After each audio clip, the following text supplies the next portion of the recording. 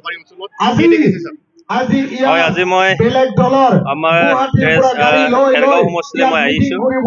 খেৰগাঁও সমষ্টি খাগৰাবাৰী আমাৰ প্ৰাইমাৰী কমিটিৰ অন্তৰ্গত জনসাধাৰণলৈ আমি আজি ইয়াত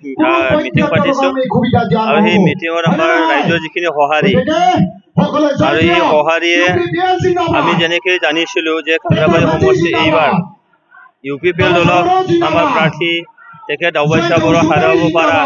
কোনো এটা শক্তি ইয়ালৈ নাই আৰু সেইটো বাস্তৱত আজি ইয়াৰ উপস্থিতি জনসাধাৰণ যিখিনি উপস্থিতি সেইটোৱে প্ৰমাণ কৰিলে এই সমষ্টিতে আমি ভালকৈ জিকিব পাৰিম ইয়াত যে আমি বিপুল ভোটত আমি জিকিব পাৰিম বিপুল এটা মানে পাৰ্থক্য বা ব্যৱধান আমি জিকিব পাৰিম সেইটো আজি প্ৰমাণ কৰিলে দিছপুৰৰ পৰা কেন্দ্ৰীয় মন্ত্ৰীকে ধৰি সৰ্বানন্দ সোণোৱালকে ধৰি বহুত ঢাপলি মিলিছে আৰু দিনে নিশাই তেখেতসকলে নিজৰ নিজৰ বিজেপিৰ দলীয় যি প্ৰাৰ্থীসকল আছে তেখেতসকলক জয়ী কৰাবৰ কাৰণে তেখেতে চলাইছে কি ক'ব স্যাৰ এইটো একচুৱেলি মানে গৌৰৱ কৰিব লগা বিষয় নহয় যদি কেন্দ্ৰীয় মন্ত্ৰীও যদি ইয়ালৈ মানে নামিব লগা হৈছে এইটো মানে আমি যে UPPL হিচাপে এইবাৰ অকলে খেলিছোঁ আমি আৰু 40টা সমষ্টি আমি যিটো প্ৰাৰ্থীত্ব প্ৰদান কৰিছোঁ আৰু 40টা সমষ্টি আমাৰ গোটেইকেইটা সমষ্টিতে আমাৰ একদম মানে ক্ৰাইষ্টেল ক্লিয়াৰ আৰু এইটো যে আমি এই গোটেইকেইটা সমষ্টিতে আমাৰ ভাল এটা আৰু কমচে কম আমি 30টা সমষ্টিত আমি জিকিব পাৰিম আজিৰ তাৰিখত এই কথাটোকে জল পটপট হৈ আছে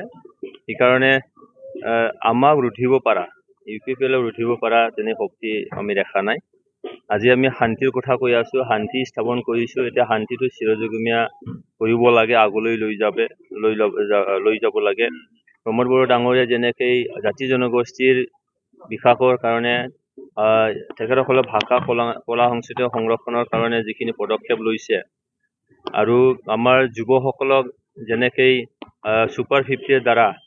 আমাৰ মানৱ সম্পদটো যেনেকৈ বিকাশ কৰিবৰ কাৰণে চেষ্টা চলাইছে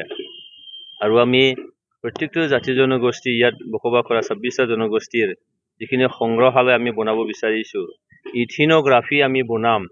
এই গোটেইকেইটা বিষয়ত আজি ইয়াত বসবাস কৰা 26টা জনগোষ্ঠীয়ে UPPLৰ প্ৰতি নিশ্চয় এটা আস্থা তেখেতসকলে ভগৱান কৰিছে বিশ্বাসক ৰাখিছে প্ৰমোদ বড়োৰ নেতৃত্বক সেইকাৰণে ইয়াত যি দলেই নাহক কিয় ইয়াত কোনো কৃতকাৰ্যতা তেওঁলোকে হ'ব নোৱাৰে সেইকাৰণে ইয়াত তেখেতসকলে ভীতিগ্ৰস্ত কৰা এটা সঁহাৰি আপোনালোকে দেখিছে খাগৰাবাৰী এই সমষ্টিৰ অন্তৰ্গত মানে খেৰগাঁও সমষ্টিৰ অন্তৰ্গত এই খাগৰাবাৰী অঞ্চলত সেইকাৰণে আমি যে একদম নিৰাপদ আৰু কিছুমানৰ মনত এতিয়া ভয় জন্মিছে তেখেতসকলৰ আত্মসন্মানৰ বিষয় হৈ পৰিছে এই গোটেই কথাটোকে লৈ নিশ্চয়কৈ তেওঁলোকে ভীতিগ্ৰস্ত কৰিবলৈ চেষ্টা চলাইছে কোকৰাঝাৰতে হওক এইবাৰ ভেৰগাঁৱতে হওক ওদালগুৰিতে হওক কিছু শক্তিয়ে বা কিছু ৰাজনৈতিক দলৰ ছত্ৰছায়াত এই ভীতিগ্ৰস্ত কৰিবলৈ চেষ্টা কৰিছে কিন্তু আমি একদম বাৰে নিৰাপদ হৈ আছোঁ আমি দেখিছোঁ অসম বিধানসভাৰ অধ্যক্ষ বিশ্বজিৎ দৈমাৰীয়ে CM হোৱাৰ সপোন ৰচিছে আৰু BTCত বহুত মহিলা থকা আৰু এই মহিলাবোৰ চাফা কৰিম বুলি কৈছে CEM হ'বলৈ হ'লে আগত জিকিব লাগিবতো জিকি দেখুৱাওকচোন জিকিলেহে হ'ব পাৰিব কিন্তু আমি ৰাইজৰ লগত আছোঁ আমি জিকাটোকে চিধাকৈ আমি তেনেকৈ আমাৰ মিছন হিচাপে আমি লোৱা নাই ইয়াত বসবাস কৰা 26টা জনগোষ্ঠী যাতে একদম সুখেৰে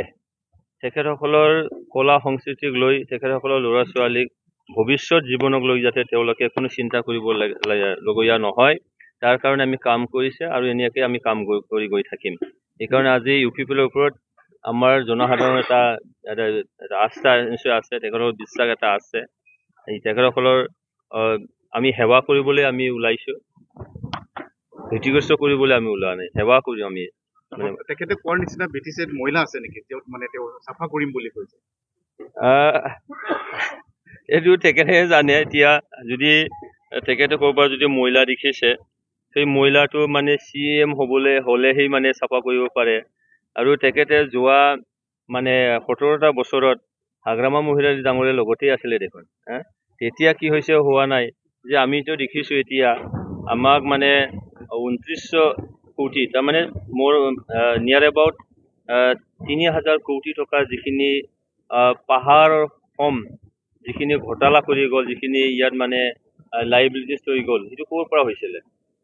তেখেতেই আছিলে তেতিয়া। বিপিএফ থকা সময়ত তেখেতে মহিলাটো নেদেখিলে। আজি আমি জাতি জনগোষ্ঠীক লগত লৈ আগুৱাই যাব বিচাৰিছো। জাতি জনগোষ্ঠীৰ কাৰণে আমি কাম কৰিছো। কিছুমানৰ ভাষা কলা সংস্কৃতিৰ উন্নতিৰ কাৰণে আমি স্কুলত মানে মিডিয়ামটো ইনষ্ট্ৰডিউচ কৰাৰ কাৰণে আমি কাম কৰিছো।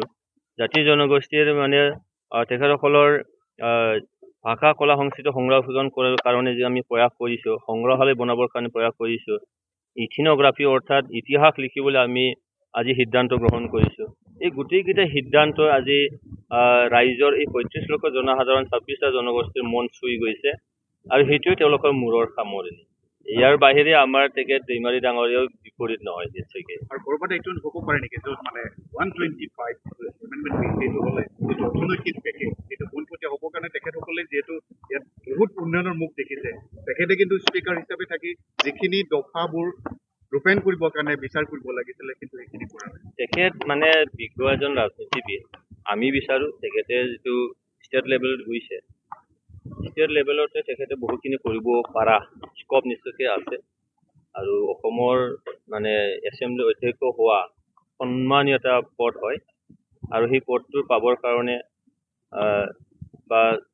পোৱাত সকলোৰ কাৰণে সেইটো সম্ভৱ নহয়। তেখেতে সেইখিনি সুযোগ পাইছে, সেইখিনি ছাৰ্ভিচ তেখেতে নিশ্চয় দিব গৈ থাকিব। অসমমূলকতেই আমাক এইটো অঞ্চলৰ এজন নেতা আমাক নিশ্চয়কৈ লাগে, কাৰণ তেখেতে সেইখিনি সুযোগ পাইছে। এইখিনি সুযোগ গ্ৰহণ কৰি তেখেতে যাতে আগুৱাই গৈ থাকক আৰু আমাৰ অঞ্চলৰো উন্নতি হওক, লগতে গোটেই অসমৰে উন্নতি হওক, সেইটোকে আমি মন্ত্ৰী বিধায়ক আহিলেও মানে ইউকুলকান কোনো ফেক্টৰ নহয় সেইটো ক'ব নাই। ফেক্টৰ বুলি নহয়, চবে নিজৰ নিজৰ মানে কাৰ্যপন্থালৈ তেওঁলোকে কাম কৰিছে। আমি আমাৰ ষ্টাইলত আমি কাম কৰিছো আৰু আমি একদম ৰুট লেভেলৰ পৰা আৰম্ভ কৰিছো। আজিৰ বুলি নহয়, একদম ডে ওৱানৰ পৰা আমাৰ প্ৰমোদ বড়ো ডাঙৰীয়াই এই অঞ্চলৰ জাতি জনগোষ্ঠীৰ মানে বিকাশৰ কাৰণে সমন্বয় এটা গঢ়ি যাতে আমি লৈ যাব পাৰো তাৰ কাৰণে কাম কৰিছে। কাৰণ চাওক, যোৱা 17টা বছৰৰ হাগ্ৰামা মহিলাৰ এটা ডাঙৰ এটা স্কোপ পাইছিলে তেখেতে। সুবৰ্ণ এটা সুযোগ আছিলে, শক্তিশালী চৰকাৰ আছিলে, এককভাৱে চৰকাৰ গঠন কৰিব পাৰিছিলে।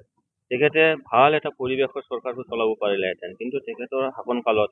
হয়তো সদিচ্ছাৰো অভাৱ আছিলে, যাৰ কাৰণে ইয়াত শান্তি বোলা বস্তু তেখেতে কেতিয়াও চিন্তা নকৰিলে। জাতি জনগোষ্ঠীয়ে বহুত মানে উপেক্ষিত হৈ গ'ল, যাৰ কাৰণে ইয়াত সৰু এটা ৰাজনীতিও চলিল। কিন্তু আজি প্ৰমোদ বড়ো ডাঙৰীয়া অহাৰ লগে লগে এই গোটেই পৰিৱেশটো আজি নাইকিয়া হৈ এতিয়া ভাল এটা পৰিৱেশ আছে, ভাল এটা দিন আহিছে। এই ভালৰ দিনত কোনোবাই আজি খেতি কৰিবলৈ আহিলে আমি আৰু কি ক'ব পাৰো, কিন্তু আমি মজবুত হৈ আছো।